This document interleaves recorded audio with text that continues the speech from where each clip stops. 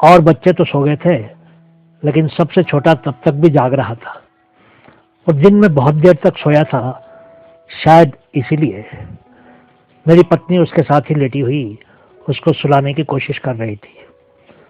हम दोनों ने सलाह की थी कि उस रात को सोने से पहले बाहर थोड़ी देर सैर कर आएंगे, लेकिन सबसे छोटे के ना सोने तक हम कैसे जा सकते थे, और फिर उसको उठाकर साथ ले जाना भी कठिन था।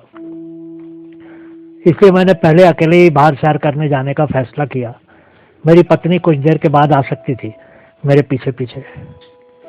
मैंने पलंग से उठकर कहा, अच्छा मैं चलता हूँ, जब ये सो जाए तो तुम बड़े पार्क में आ जाना, मैं वहीं रहूंगा।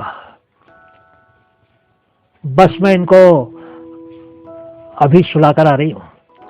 हम बातें कर रहे हैं, शायद इसीलिए ही नहीं सो रहा है। जब मैं इसके साथ थोड़ी देर झूठी आंखें बंद करके लेटूंगी तो सो जाएगा। मेरी पत्नी ने खुद को तसल्ली देते हुए कहा। मैं अकेला ही घर से बाहर निकल आया। मॉडल टाउन की उस सड़क के दोनों तरफ बने मकानों की बत्तियां जल रही थी। लोग सोए तो नहीं थे, लेकिन शायद सोने की तैयारी में ही थे। मोड़ के एक घर में पतले पर्दों के पीछे कोई कपड़े बदलता हुआ ऐसा लग रहा था जैसे कि कोई परछाइयों का नाटक हो रहा था। उसके साथ वाले घर में भी एक पति पत्नी अपने कमरे की मंद नीली बत्ती में शायद सोने की ही तैयारी कर रहे थे। मुझे ये सोचकर कुछ मजा सा आने लगा था कि लोग तो अपने अपने घरों के अंदर सोने की तैयारी कर रहे थे और मैं बाहर मस्त घूम रहा था। मैं लोगों को देख रहा था, लेकिन उनको नहीं मालूम था कि मैं उनको देख रहा था। वो बहुत ही बड़ा पार्क था। बहुत सुंदर हरी भरी घास हर तरफ थी और चारों तरफ फूलों के पौधे और पेड़ लगे हुए थे।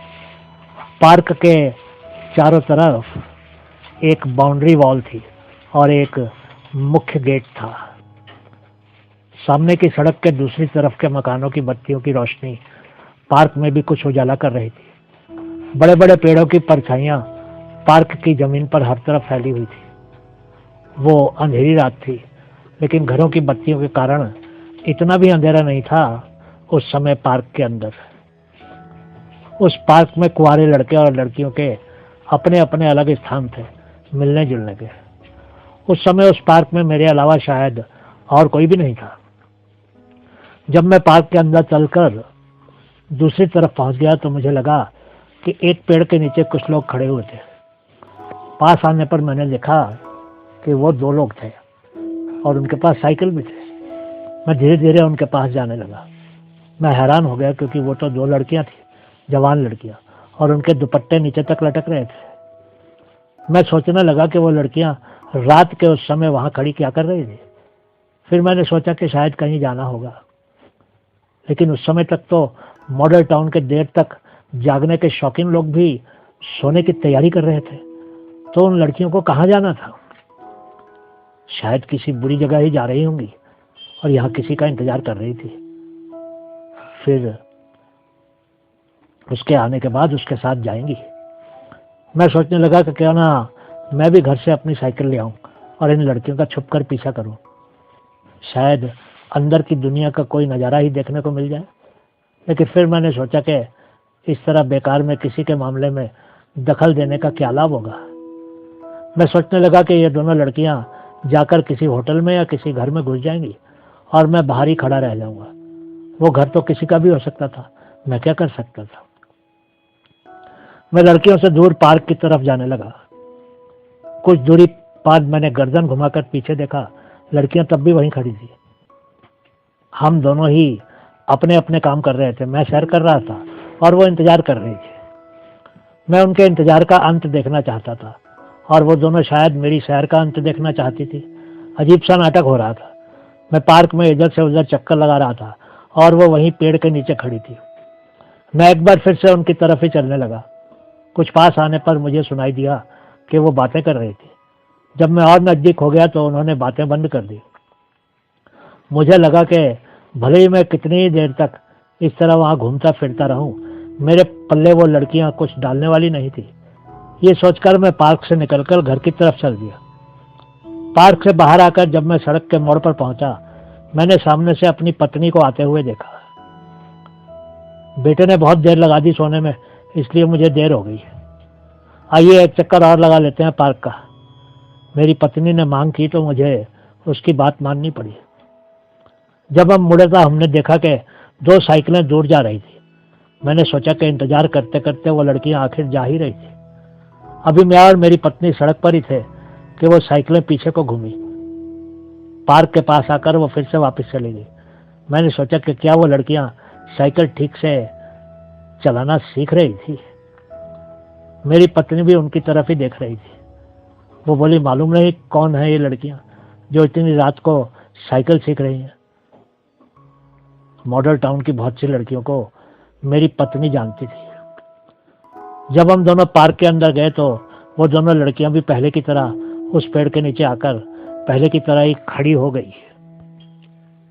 मेरी पत्नी उन लड़कियों को पहचानना चाहती थी। हम दोनों टहलते टहलते उन लड़कियों के पास तक पहुंच गए।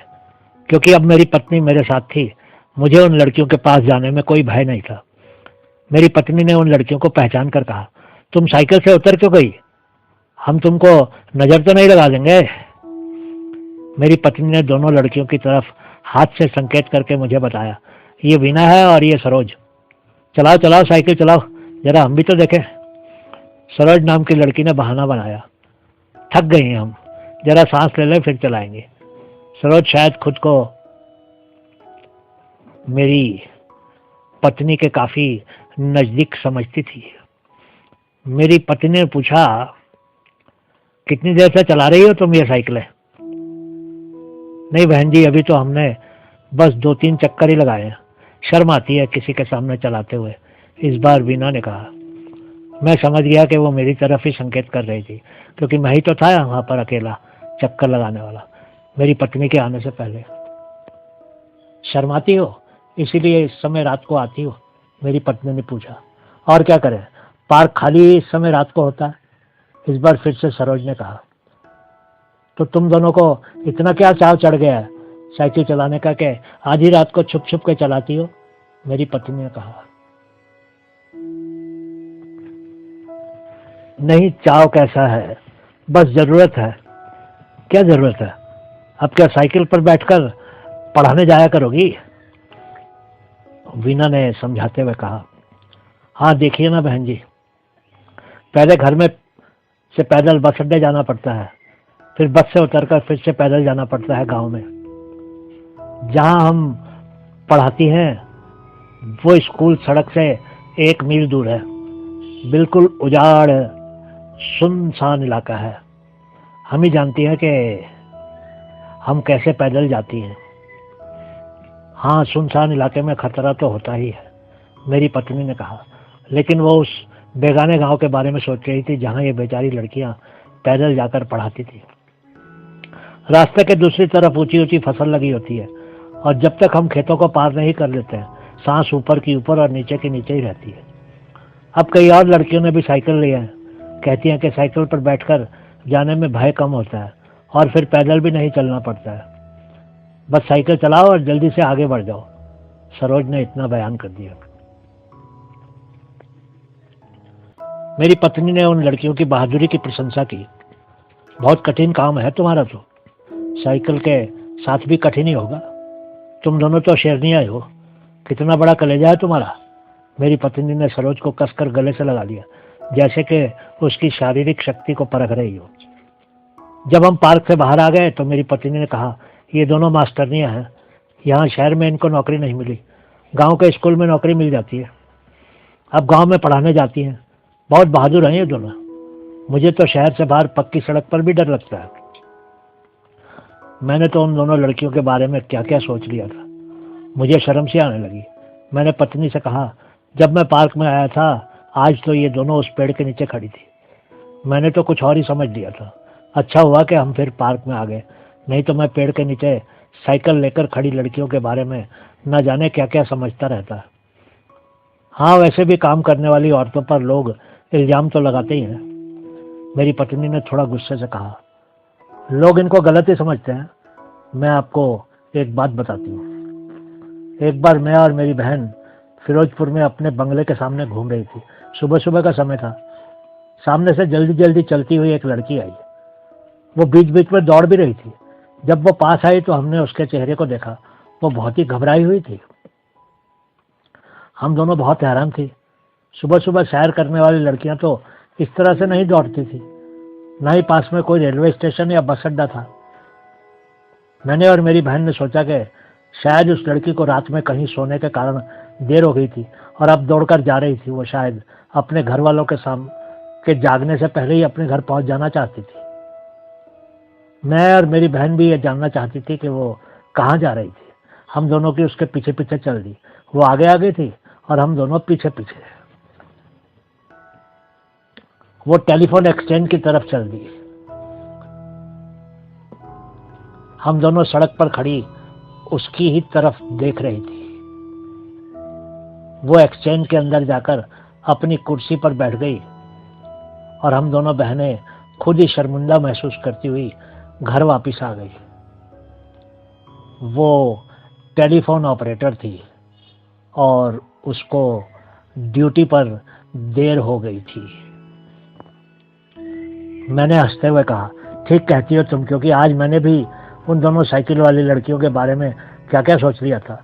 लेकिन जो भी सोचा था वो अच्छा तो बिल्कुल नहीं था। मैंने उनको बुरी लड़कियां ही मान लिया था जो इतनी रात को अपने यारों का इंतजार कर रही थी उस पेड़ के नीचे।